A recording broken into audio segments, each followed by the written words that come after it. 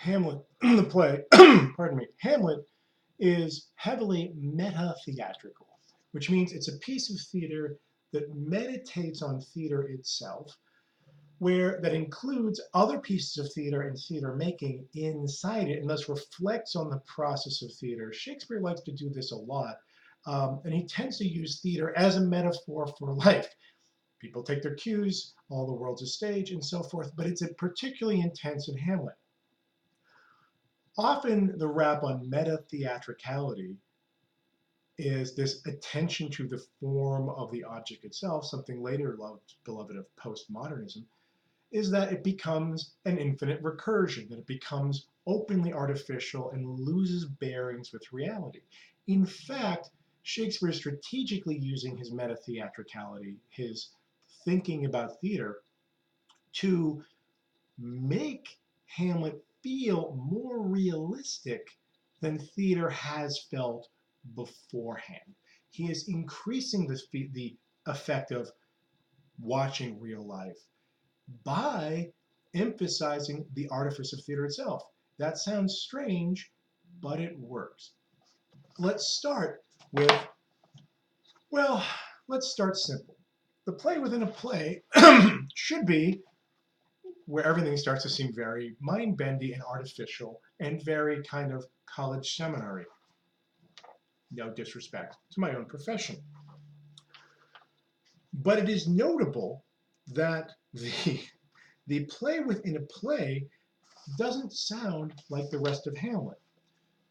It's worth remembering that Shakespeare's theater, the art form, has changed enormously in style and form during his lifetime and during his working adult lifetime. That plays that are 10 or 15 years old can seem hopelessly outdated and old-fashioned. Things are starting to slow down and there's starting to be durable hits. But things that had been big hits theatrically when Shakespeare, say, 15 or 16 years old, would be totally unperformable, certainly unperformable for money, by the time he's 35 or 40. Only in his mid-20s do we start to see plays that stick around and kind of, okay, that's the basic form of the Elizabethan play, and then there's still some pretty rapid change. Shakespeare's career goes along with that rapid change. His style changes radically from his 20s to his 40s. Go to the Rock and Roll Hall of Fame sometime. Go listen to what rock and roll was in 1952, in 1962, in 1972. Those are pretty different eras. A hell of a lot has gone on. And you kind of can't walk into the studio in 1972 with a 1952 or 1956 song and work it that way. Listen to early jazz. Changes a lot very quickly, then settles down as norms get established, as that genre establishes its rules. It is the same with hip hop. There are a lot of one-hit wonders in hip hop. A lot of people who are like the greatest rap genius in the world for about 6 months, because a year later, rap is actually different. And so Tone Loc gets to be better than Run DMC, but then is kind of rendered obsolete by the next one down, by, I don't know, Sir Mix-a-Lot. Then eventually you get to a point in hip hop history where there are stars and they stay stars. This is Jay-Z. He's not going away. He might get less cool than some other people, but what hip hop sounds like has basically been established. It's not going to be, it wasn't that different 5 years ago. It won't be that different 5 years from now. Shakespeare is in that Jay-Z, Snoop Dogg generation where this is starting to gel, and we're starting to get things that will still be commercially and artistically viable in another 10, 20, 30 years, or 400 years in the case of Hamlet. But where things 5 and 10 years old seem at this point ridiculous, outmoded.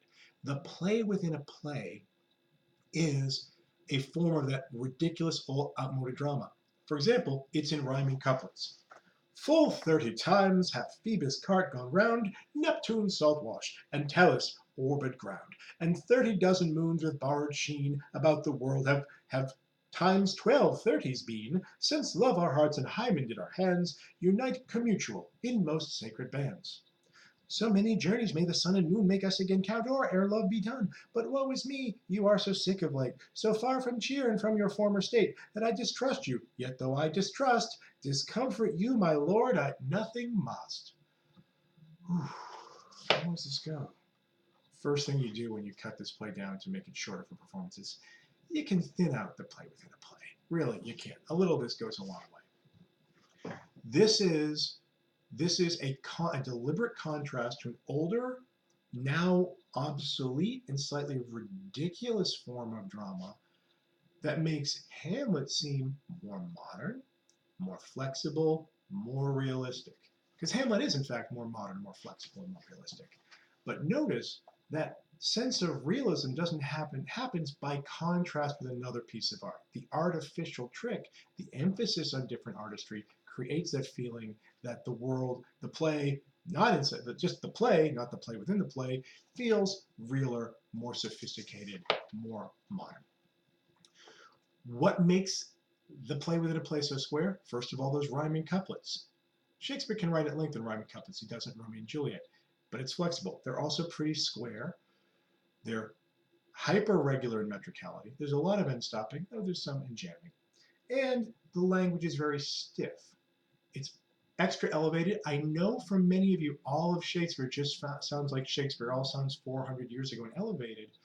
But the main text of Hamlet is mixing different styles, high and low. Not every style in this play is the same. People speak very differently. And that difference creates meaning.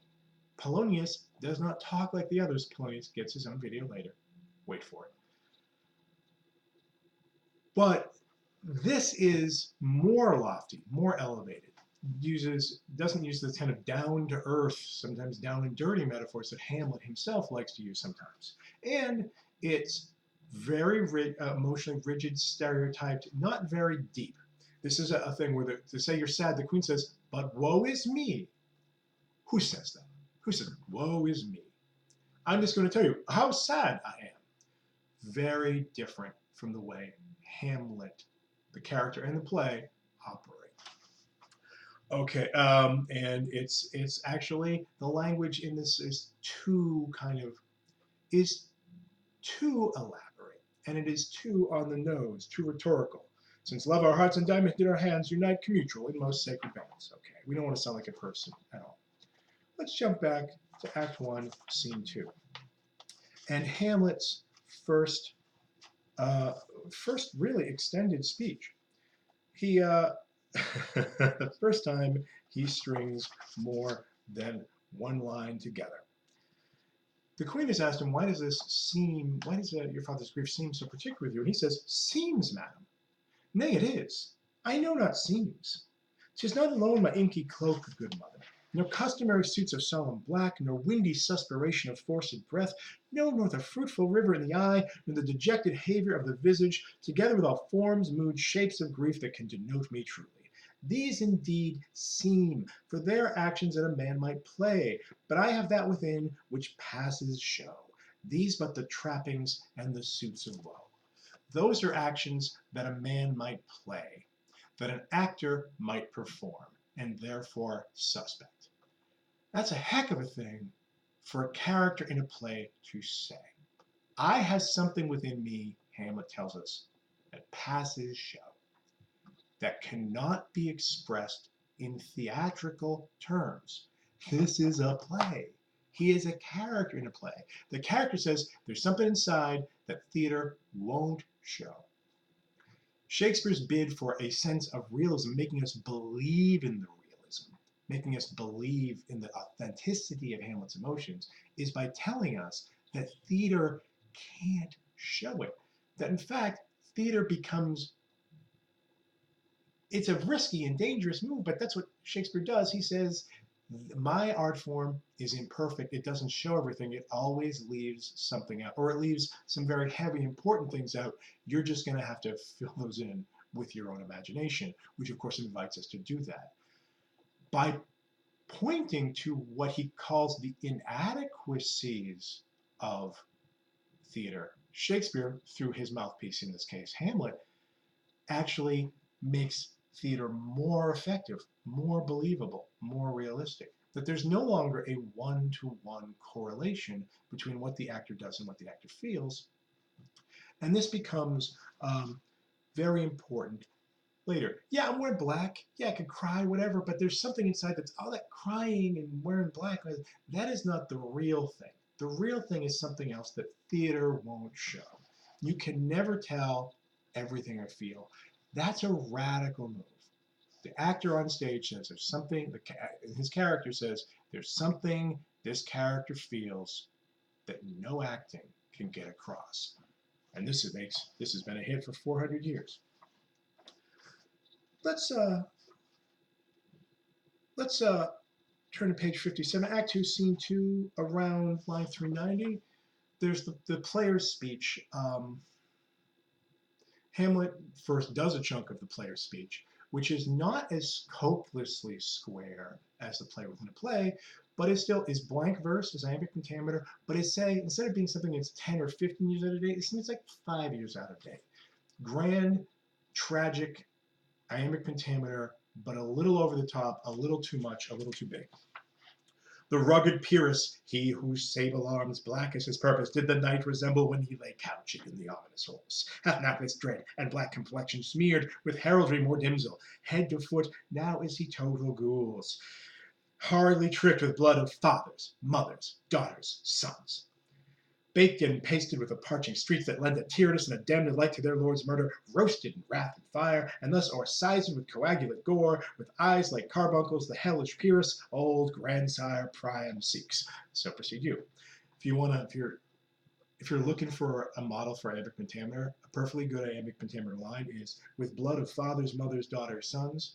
That one scans perfectly without you having to think about it too much. That really shows you the stresses are exactly where you would expect them to be. In fact, that's a super iambic passage. The player, the first player takes over. He does a great job. It is worth noting the story he's telling is about Pyrrhus. Pyrrhus is the son of the dead Greek hero Achilles, who dies in the Trojan War. Pyrrhus is here for the end. Pyrrhus is thus the avenger of a slain father. He's coming to kill a king, and he's wearing all black. Who does this remind you of? Who does this remind you of? It's a play of mirrors that somehow make the main character more believable, more realistic, more persuasive than more openly artificial. And then the first player starts to weep, and Polonius says, "I have enough. Look, he's changed color. He's turning red, he's turning pale, or whatever he's doing." This leads us to the famous "O what a rogue and peasant slave am I" soliloquy from page 60, if you have this edition, from Act 2, Scene 2, about line 488, though if you have another edition, line numbers, especially in a very long scene like 2-2, will vary. "Oh, what a rogue and peasant slave am I! Is it not monstrous that this player here, but in a fiction, in a dream of passion, could force his soul so to his own conceit, that from her working all his visage wan, tears in his eyes, distraction his aspect, a broken voice, and his whole function suiting with forms to conceit, and all for nothing, for Hecuba? What's Hecuba to him, or he to her, that he should weep for her?" That space after "for Hecuba" is your editor's idea. I think that's a pause. That's a 6-syllable pause.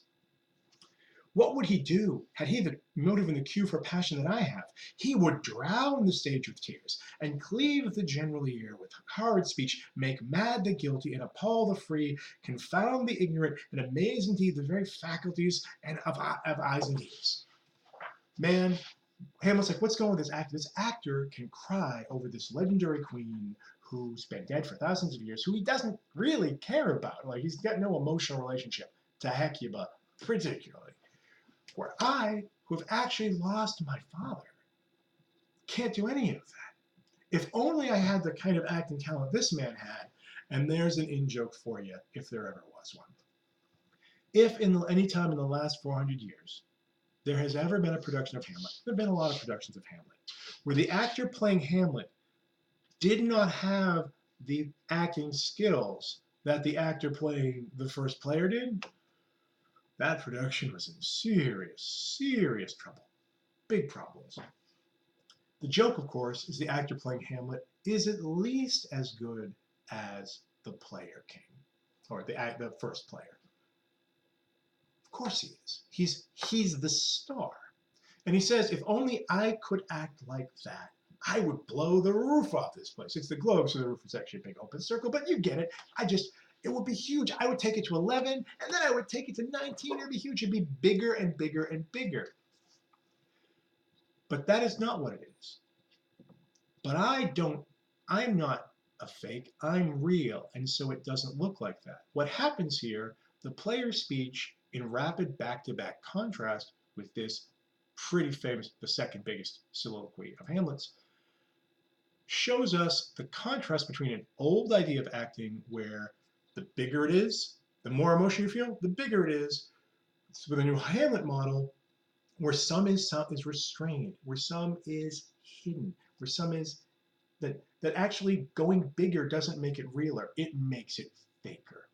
This contrast from an older style of acting to a newer style that's more restrained is what creates a realism effect that makes Hamlet and his grief more convincing.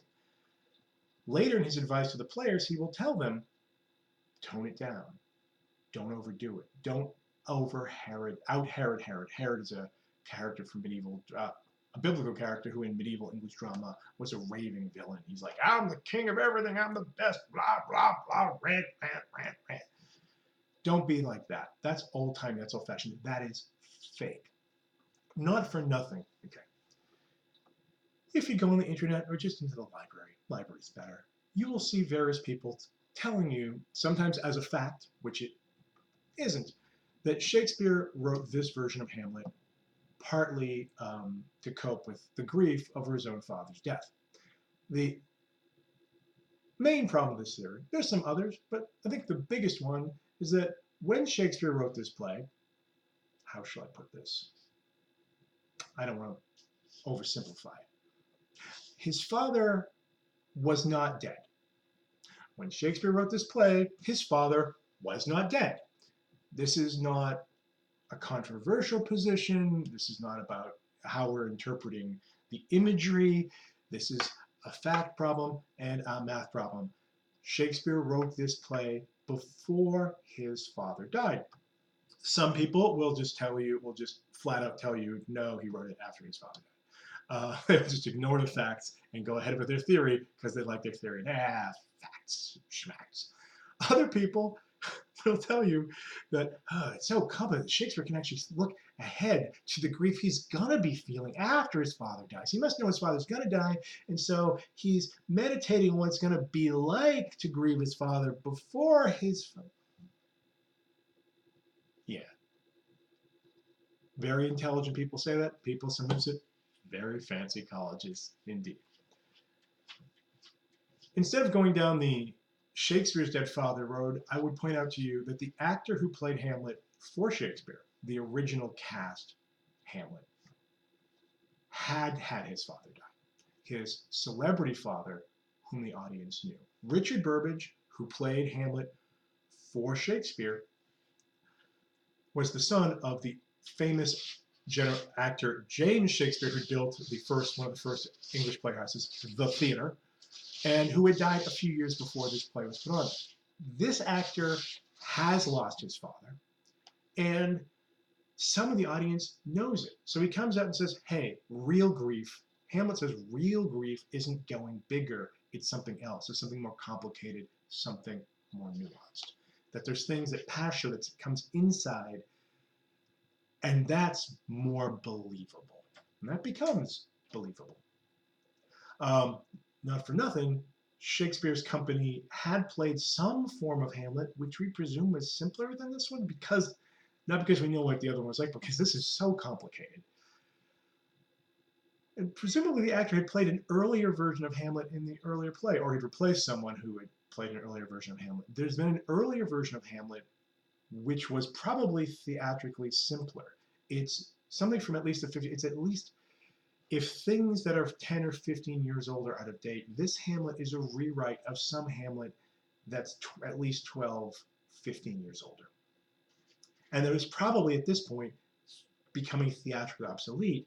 This is a much more sophisticated version of that old revenge play. And our lead actor, who may well have played Hamlet in the older, obsolete version, but is now someone who has genuinely lost his father, comes out and says, when you really suffer grief, the acting is different. You don't just make it bigger, you do something else. And that becomes more theatrically persuasive. Hamlet, the character, meditates on what he's doing with life. He uses theater as a metaphor. Hamlet, the play, meditates on what the nature of theater is. What is this art form, and what does it do, and what does it tell us about the world? And in doing so, in thinking about it, it takes the art form further than it had really gone before in this language.